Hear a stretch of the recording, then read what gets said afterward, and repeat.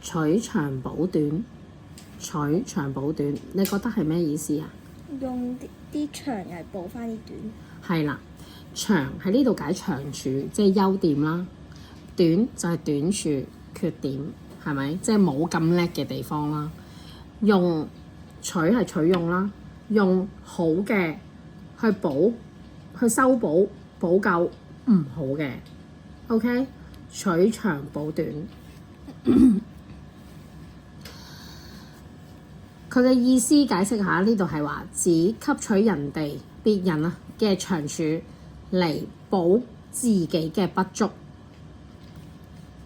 佢嘅近義詞有揚長避短。好啦，咁呢兩個字呢，差唔多係近義，但係我唔會將佢擺埋同一齊咁樣用。點解呢？近義啫，同意思咧，你問我，我覺得唔同。點解咧？佢呢度都有講下嘅，取長補短同埋呢個揚長避短嘅都有咧取長處嘅意思啦。但係咧，前者即係呢一句取長補短個重點咧係着重於補啊，即係佢攞咗個好處係去攞嚟補不足啊嘛。係咪？即係用好嘅嚟補唔好嘅嘢嘛，補救唔好嘅嘢嘛。但係佢呢一句咧嘅意思只係着重於佢會揚係解將嗰樣嘢表揚出嚟，增強佢，即係表露呢一樣嘢，明唔明啊？即係你有呢個優點啊，我哋放大你嘅優點啦，去表揚佢啦，就避開呢一個缺點，係咪？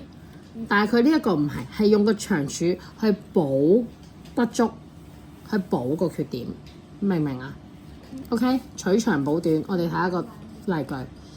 他性格冷靜，我卻為人熱情，合作起來正好取長補短。因為我個人咧就好熱情㗎，咁佢嘅性格咧就好冷靜㗎，咁冇話係壞定唔好嘅，即係總之就係好唔同啦，係咪？